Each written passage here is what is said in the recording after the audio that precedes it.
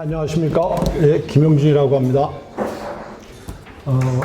제가 얘기 드리기 전에 거기 앞서 윤찬여 원장님하고 또 김한기 박사님이 제가 사실은 하고 싶었던 얘기의 그 내용들을 이론적으로 또 종합적으로 이렇게 좀 다뤄주셨어요. 그래서 저도 그런 것들을 얘기를 드리면서 시작했으면 좋겠다고 생각했는데 이미 잘 짚어주시고 그 중에 또 신자유주의 같은 경우들이라든지 아까 윤찬희 영장님께서 얘기하신 한국 사회에서 그 이념 문제로 인한 갈등, 그 다음에 우리 내부에서 벌어지는 우리가 하는 행위들, 특히 이제 문화 예술인들 같은 경우들 그런 것들을 얘기해 주신 게 저한테는 이제 제 얘기를 이렇게 풀어나가는데 얼마나 큰 도움이 됐는지 모르겠습니다. 제가 2주 전에 이 자리에서 이태리의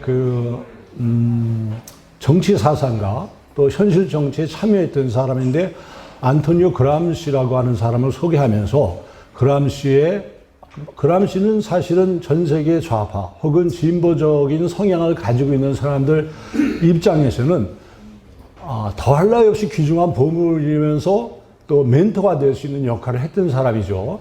그래서 그런 사람들을 보면서 우리가 서구 사회 민주주의나 혹은 민주사회주의 혹은 우리가 유럽의 공산주의 이런 것들이 어떻게 오늘날까지 유지되고 있고 특히 미국 같은 경우에는 우리가 미국은 공화당이 보수정당이라고 하면 민주당은 우리들이 입장에서 보면 좌파나 진보 정당인데 이게 어떻게 국민의 지지를 받아서 집권 여당이 됐는가 하는 것들을 우리가 이해하려고 할 때 그것에 미친 그람시의 영향이라고 하는 것은 대단한 것이다. 이런 얘기를 제가 이제 한번 얘기를 드린 적이 있습니다. 그러면서 그람시의 이론을 기준으로 놓고 봤을 때 한국 사회에서 벌어지는 진보나 좌파 세력의 행태는 그것이 정치권이든 경제 분야든 사회나 노동, 예술 분야든 이것은 우리가 정상적인 시각에서 바라볼 수 있는 우리가 인정할 수 있는 좌파는 아니다. 라고 하는 것들을 제가 얘기를 드린 적이 있었습니다. 마침 제가 그 당시에 이제 얘기 드린 것 중에서 좀 미진한 부분이 있었습니다. 또 강의가 끝나고 나서 여러분들께서 저한테 그 이후의 얘기를 좀 들었으면 좋겠다. 그런 기회가 있으면 좋겠다고 얘기를 해주셨는데 제가 한전연에서 요청을 해주셔서 제가 그 당시 미진했던 부분이나 또 보완할 수 있는 부분들 이런 것들을 추가해서 제 말씀의 완성도를 높일 수 있는 기회를 주신 거에 대해서 우리 윤찬희 원장님과 한전연에 계신 분들께 진심으로 감사의 말씀을 드리겠습니다. 제가 1980년대 한 초반쯤이죠. 제가 영국에서 이제 공부를 하게 될 기회가 됐었습니다. 그런데 영국에서 제가 공부할 때 제가 선택한 과목이 혹시 여러분들 많이 들어보셨는지 모르겠습니다. 옥스퍼드 대학에서 PPE라 그래서 그 학과 출신들이 아마 우리나라로 하면 지금 특정대학의 특정학과가 이제 이렇게 주도하고 있듯이 영국 정계는 말할 것도 없고 또 외교관들도 그렇고 또 고위 관료들도 그렇고 그 PPE를 옥스퍼드에서 공부한 사람들이 주류가 돼가지고 있습니다. 이제 그거는 뭐냐면 P는 필로소피, 하나는 politics, 그 다음에 economics죠. 그러니까 대학에서 3년 과정, 영국 대학은 3년인데 3년 동안에 정치학하고 그 다음에 철학하고 경제학을 배웁니다. 이걸 공부한 사람들이 사회에 나와서 열심히 활동을 해서 아마 총리 중에서도 많은 사람들이 옥스퍼드에서 PP를 공부한 사람들이 아닐까 싶습니다. 이제 제가 저는 런던에서 공부했는데 그걸 흉내낸 대학들이 많이 있습니다. 런던에는 어떤 것들이 있었는가 하면 정치학하고 역사학하고 경제사를 학부에서 공부하는 과정에서 제가 이제 공부를 우연히 이제 하게 됐습니다. 오래전 얘기죠. 근데 그때 저희들이 공부할 때 제가 이제 잘못했으면 제가 이 앞에 서서 우리 여러 선배님들 앞에서 얘기할 기회를 아마 못 가졌을 수도 있을 것 같습니다. 왠가 하면 영국 대학은 대학에서 1학년에서 2학년 올라가고 2학년에서 3학년 올라가고 3학년에서 졸업시험 보고 이 과정에서 시험에 통과를 하지 않으면 그 다음 학년에 진급을 할 수 없고 졸업을 할 수 없습니다. 그 당시에는 그랬었습니다. 지금 어떻게 변했는지 모르겠습니다. 벌써 30수년 전 얘기니까. 근데 제가 공부했던 학과에 과목들이 많이 펼쳐져 있죠. 생각해 보세요. 정치학, 그 다음에 경제학, 역사.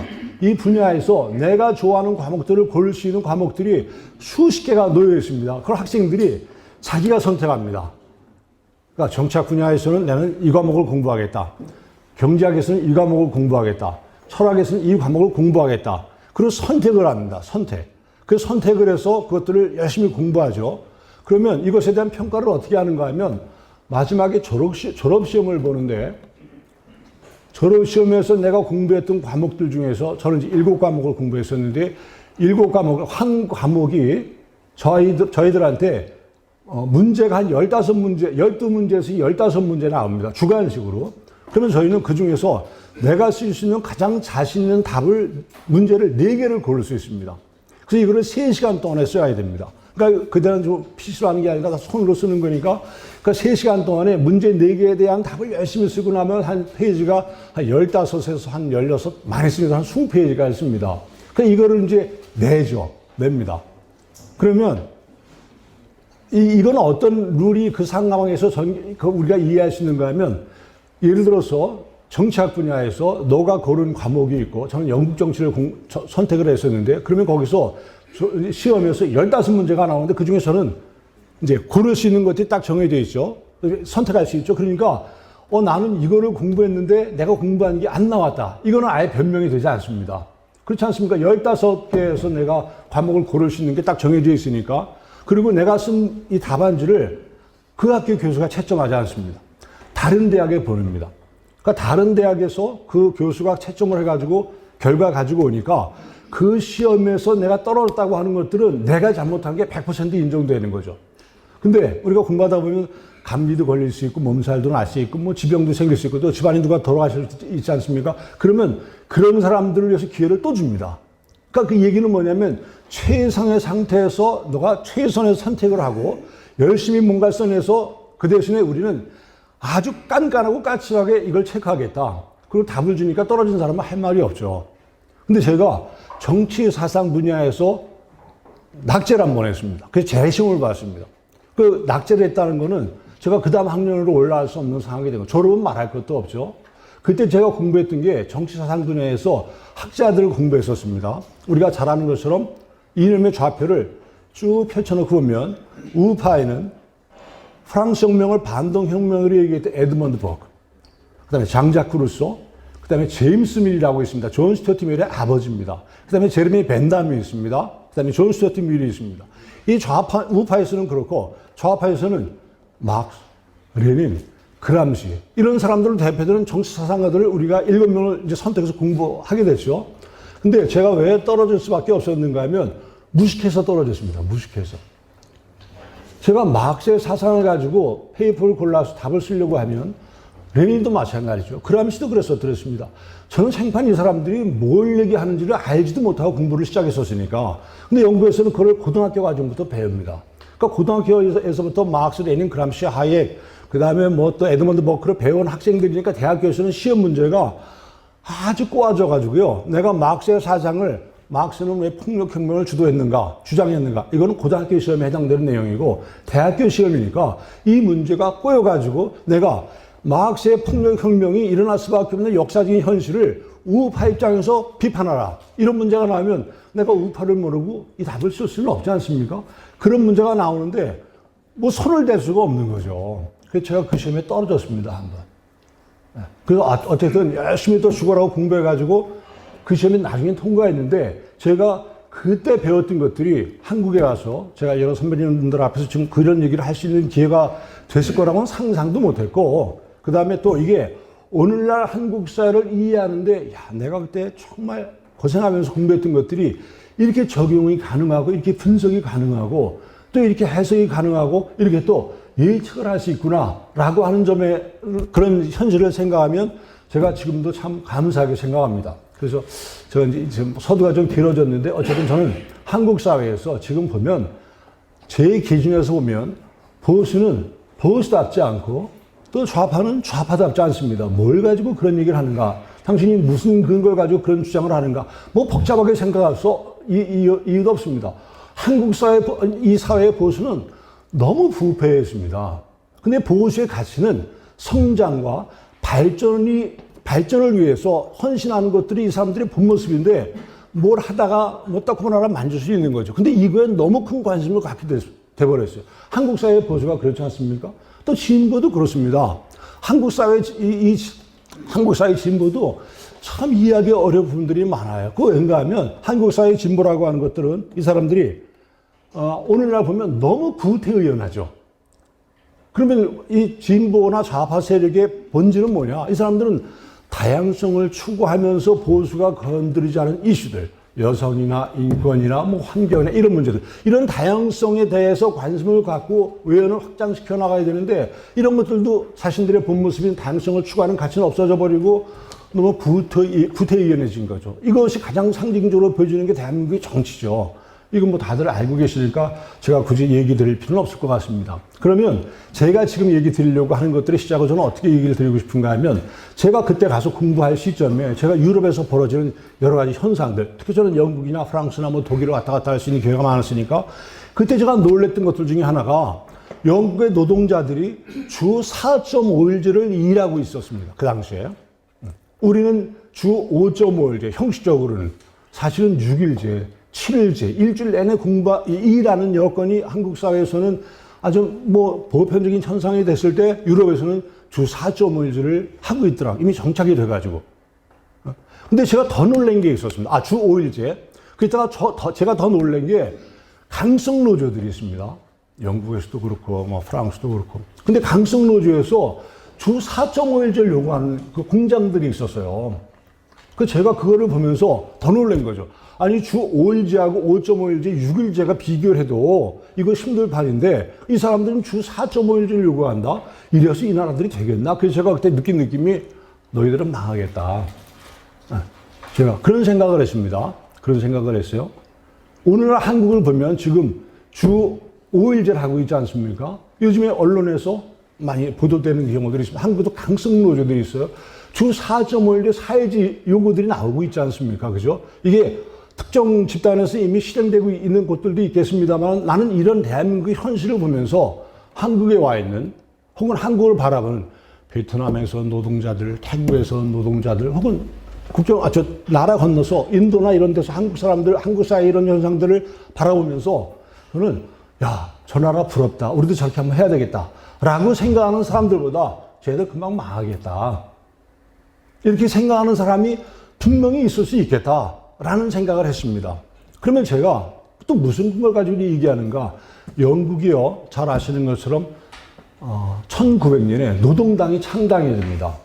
노동당 창당의 배경은 산업혁명 이후에 노동자들이 많아진 것들이, 그러니까 지지하는 세력들이 많아진 게 창당의 배경이 됐죠. 그 당시 영국은 보수당하고 자유당, 이 두 개 정당이 있었는데, 노동당이 밀고 들어오면서 자유당을 밀어냅니다. 그리고 1900년 이래로 영국은 양당 정당 체제가 유지돼 가지고 있었죠.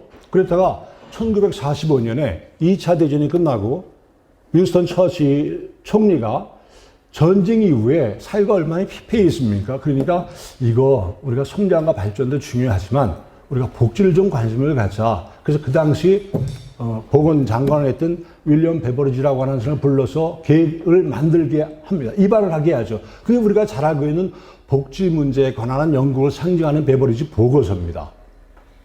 그 보고서의 내용은, 윈스턴 처칠은 보수당 총리지만 노동당이나 노동자 계층의 이 요청을 많이 받아들였었더랬어요. 그래서 그 내용들을 보면, 물론 점진적으로 발전하면서 많은 내용들이 추가됐습니다만, 오늘날 우리 사회에서 진보나 좌파 세력, 혹은 노동당, 혹은 노조, 민노총 같은 경우 대표적인 사례가 되겠죠.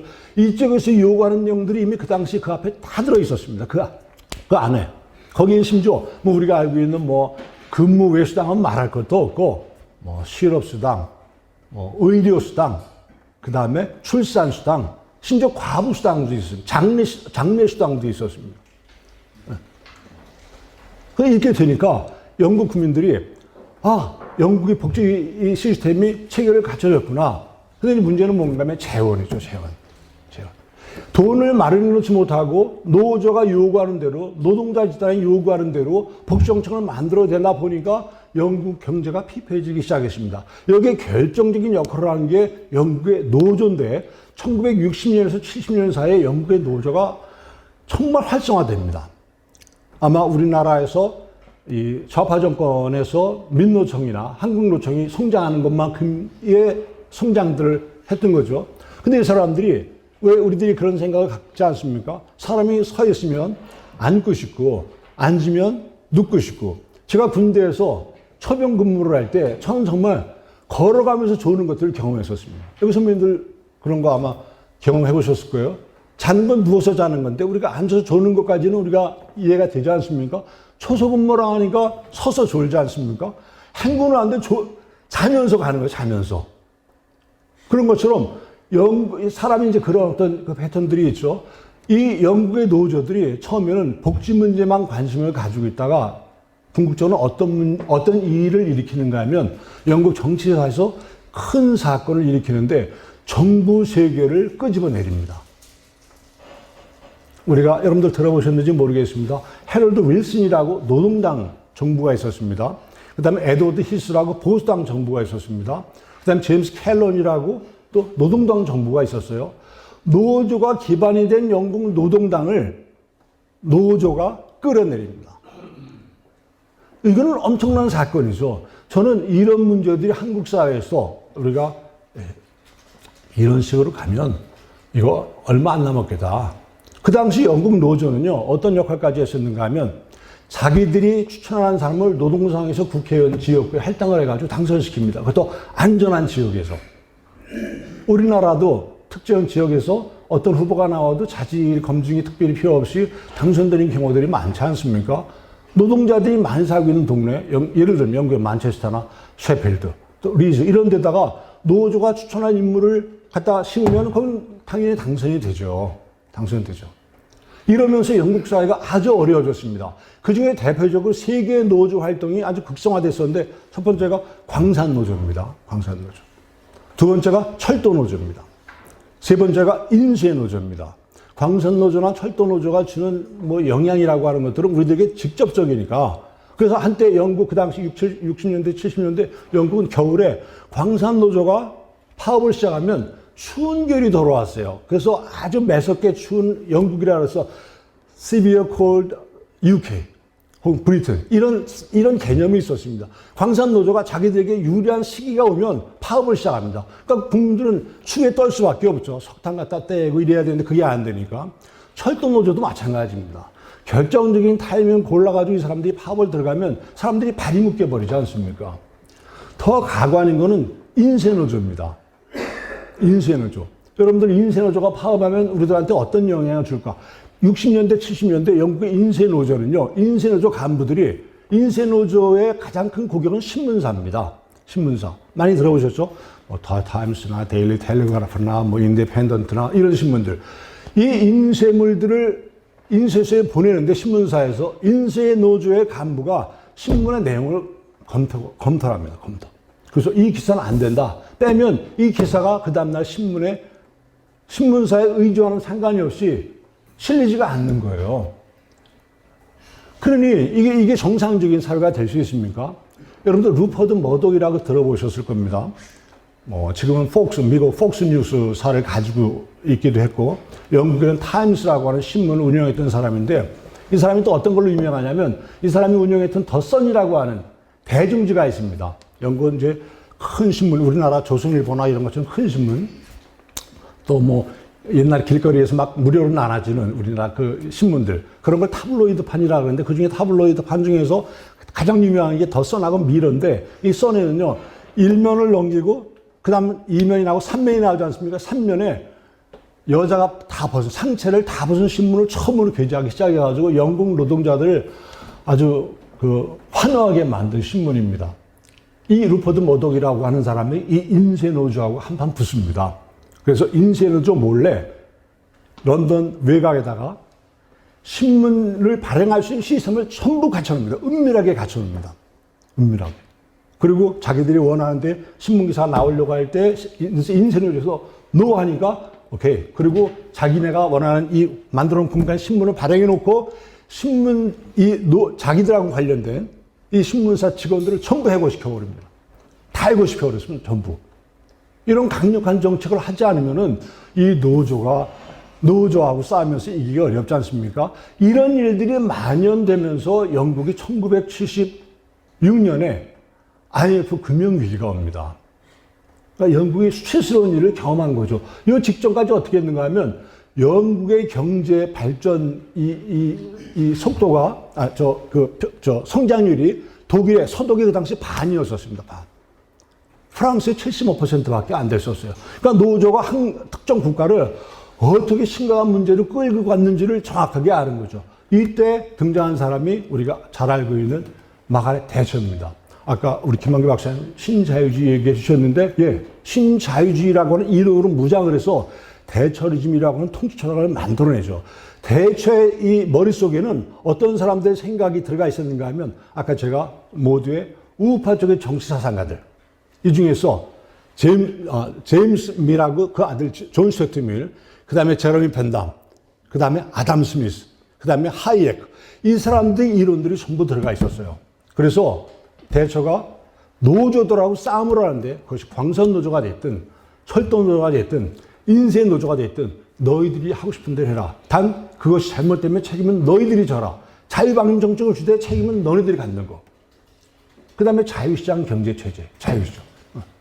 자유스럽게 하라는 거죠. 그 다음에 또 중요한 거는 법의 평등이라고 하는 것들이 누구도 예외가 될 수 없다라고 하는 것들을 강조했습니다.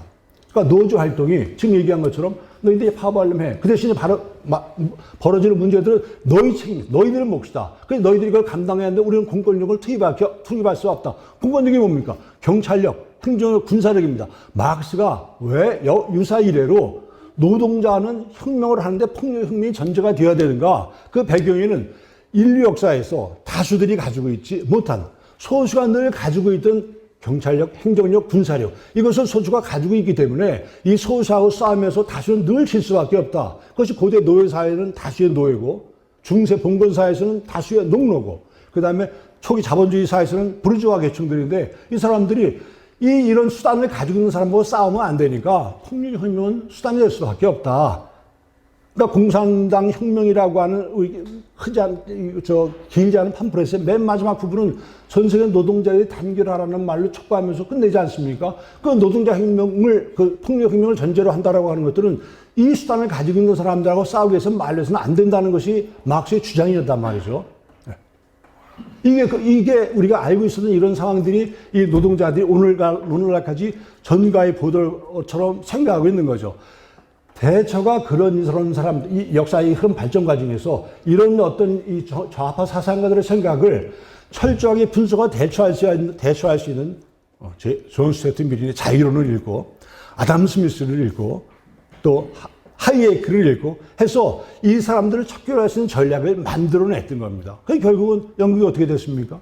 영국이 1980년 마가렛 대처가 1979년 5월에 집권합니다. 그리고 이 노조와의 싸움에서 승리하면서 영국에서 유럽이 주도권을 갖게 됩니다.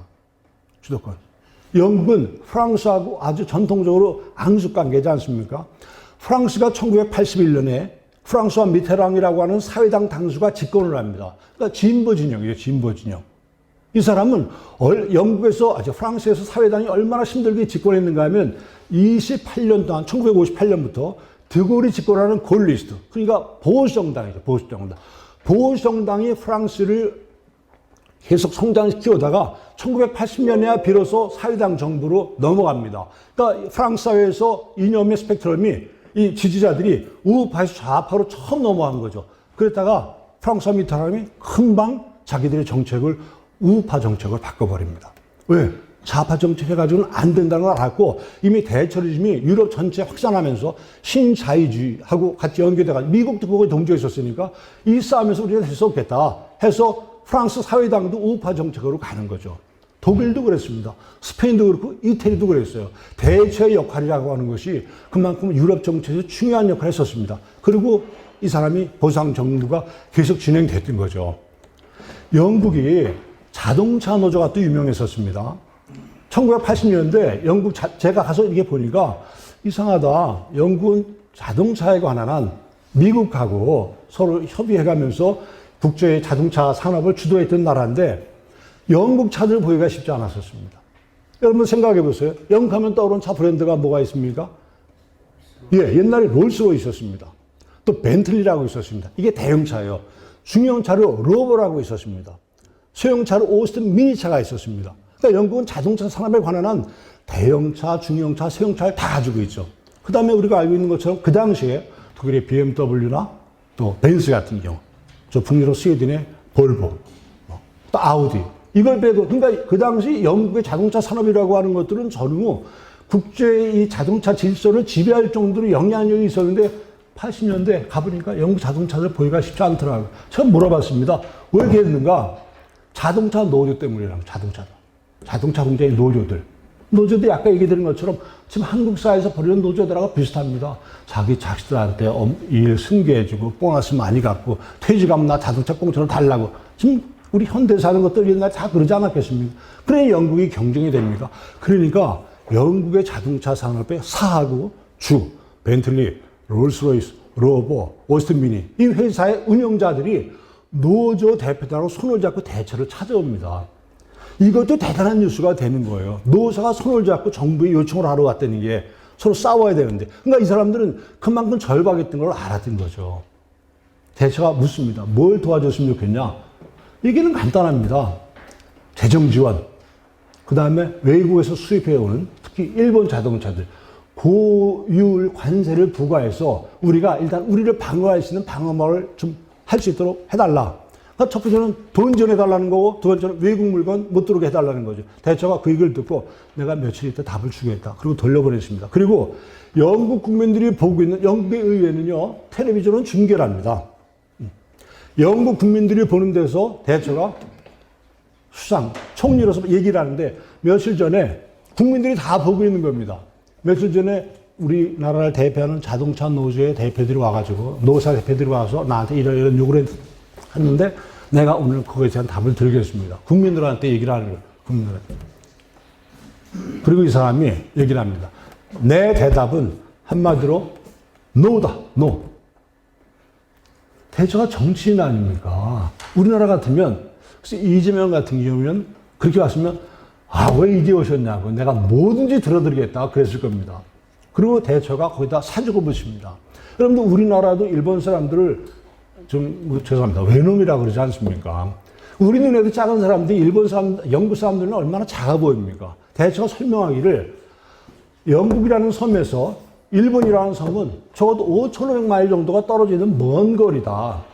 거기에 있는 군인들이 일본 군인들이 그 작은 일본 군인, 동양의 작은 일본 군인들이 영국 섬을 점령하겠다고 배를 타고 오는데 비행기 타고 올 수는 없지 않습니까? 그렇잖아요. 비유입니다, 비유.